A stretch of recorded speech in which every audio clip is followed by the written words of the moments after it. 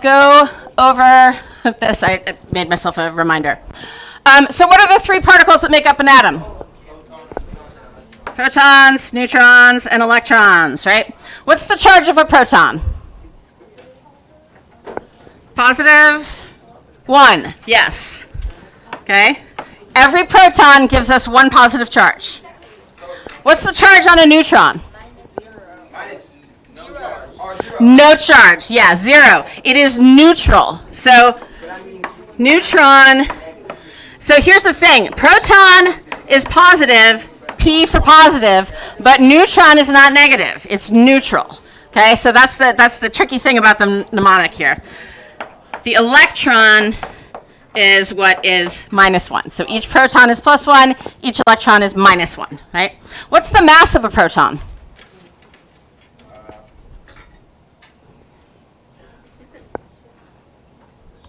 One. It's 1. Okay?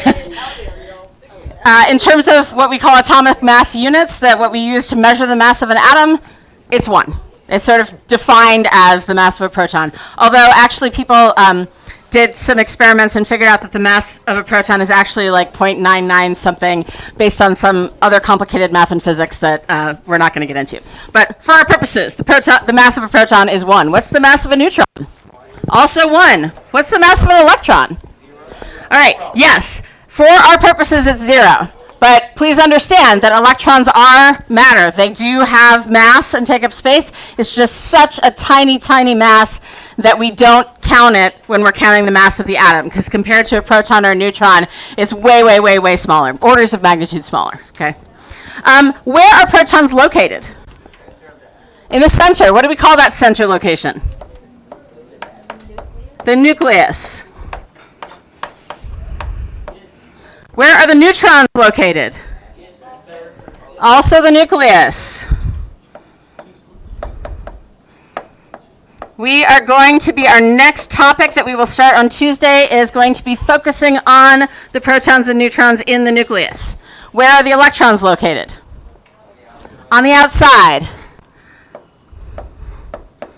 Your build an atom calls where the electrons are orbits, also known as orbitals. We are going to, after we finish the nuclear unit, we're going to do a unit about just the electrons. And then we're going to put them all together and talk about the periodic table. Okay, so we're doing basic atomic structure now. We're going to medium dive into the nucleus, medium dive into electrons, and then come back up for air and look at elements as a whole. Okay? All right, so we've already covered this. The nucleus contains the protons and the neutrons. The space around it covers the electrons. A neutral atom has the same number of what?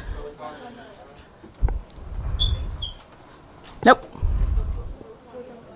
Yes, protons and electrons. Remember, neutrons are neutral. They don't affect the charge. Right? They have a charge of 0. So you can have as many neutrons or as few neutrons as you want. It's not going to matter to the charge. Okay. When we're calculating mass, what do we consider? Protons and neutrons. Here's your protons and neutrons. Okay, so protons and neutrons are mass, protons and electrons are charge. Okay. If I have an atom with 11 protons, what is it? Sodium. Absolutely. What about nitrogen? How many protons? 7. Yes, because you can think of the proton as like the master particle. Okay, it affects what element we call the atom. It affects the mass. It affects the charge. It's the atomic number that goes on the top of the periodic table tile, right? So protons do everything. Neutrons only mass. Electrons only charge, right? All right, let's run through this table. If I have aluminum 27, what's the element symbol? Al, okay? I'm going to come back to this. What's our atomic number? How did you find that? On the periodic table, you look for aluminum. You find aluminum, and you look at the number on the top, and it's number 13. Yes? Yes. So from now on, now that we've finished the classification retake, every single quiz, you can use your periodic table. Every single assignment, every single writing assignment, from now until the end of this class, you can use your periodic table and beyond. I have students who still keep theirs from years ago. Okay. All right, so what's the mass number? It is 27, because that is the number that we use for the isotope name. Why do we use the mass number for the to distinguish between isotopes? Yeah, isotopes have the same atomic number, same element, but different masses, because they have different what? Neutrons. Okay, isotopes have different numbers of neutrons. Okay, so how many protons does this have? 13, because remember, atomic number and protons are equal. That is what the atomic number is the number of protons in the nucleus. If I have 13 protons, how many neutrons do I have? 14. How did you get that? 27 minus 13, because the mass is the sum of the protons and the neutrons, right? So this is just protons, this is protons plus neutrons, okay? Yes, plus 3 for the charge. How did you get that? Because the electrons and the protons, Okay, yes, so we compare the protons and the electrons, right? There are fewer electrons. That means we have more positive charges, which means we're going to have a positive overall charge. How many more positive charges do we have? 3 of them. Right? So you can think about charges protons minus electrons, or you can think of it as a number line moving towards or away from 0. Okay? 0 would be neutral. Okay? What is this name of this isotope here? Strontium. Yep, strontium-88. Okay. What's the atomic number? What's the mass number? Okay. And that reminds me, we didn't complete the chemical symbol on the previous one. What number do I put down here for this one? 13. What number do I put at the top? 27. Remember, the mass number is not the number of neutrons. The atomic number is the number of protons. The mass number is both. Okay? And then we put our charge up here. Now, a few people have asked, do I put the sign first or the number first? In this class, it doesn't matter. Okay? Because we're not going to talk about the other version of charge, which is oxidation state. And so when we're talking about both in IB chemistry, I tell them put the number first for charge and put the sign first for oxidation state, but you don't have to worry about that. If you want to be perfectly accurate scientifically, you can put the number first, but I don't care. All right, how many protons does our strontium-88 atom have? 38. How many neutrons does it have? 50. 88 minus 38 is, I can't even write. I'm writing an 8. 50. Now we know that the charge is 2 plus, right?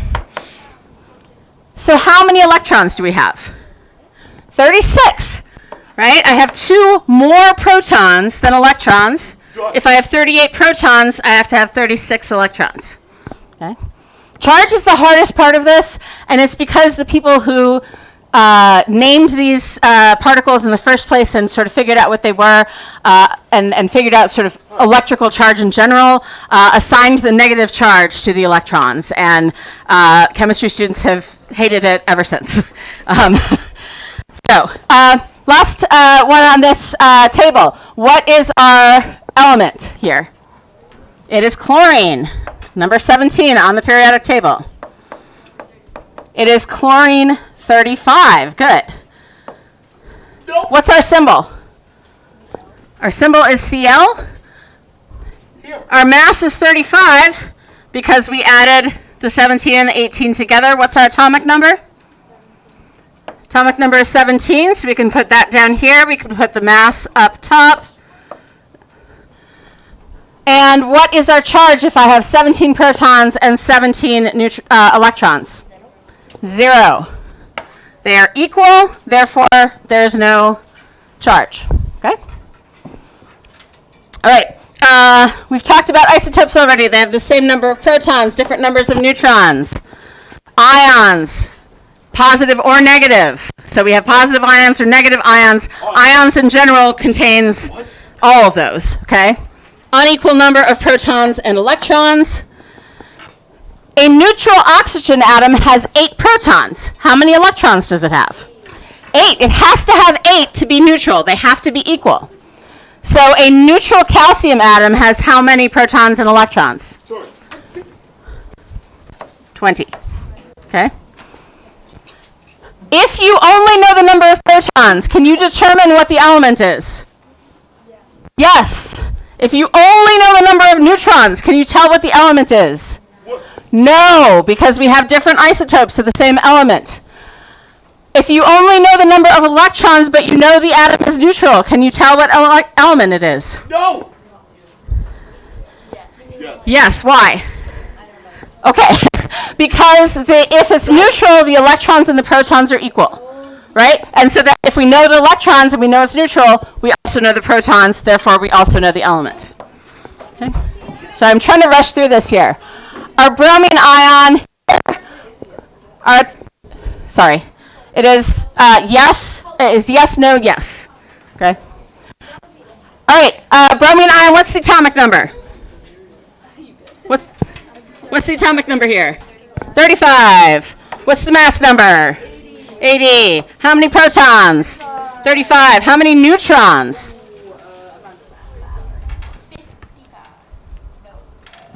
Close. 45. Yeah. Calculators will be available so that you don't have to do the math in your head. How many electrons does this bromine ion have?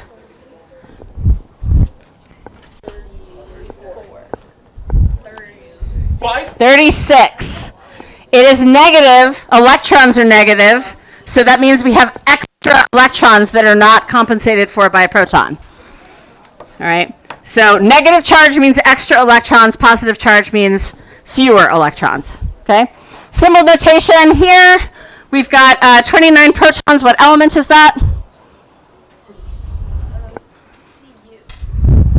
Yep, copper. What do I put down here? 29, the number of protons. What do I put up top?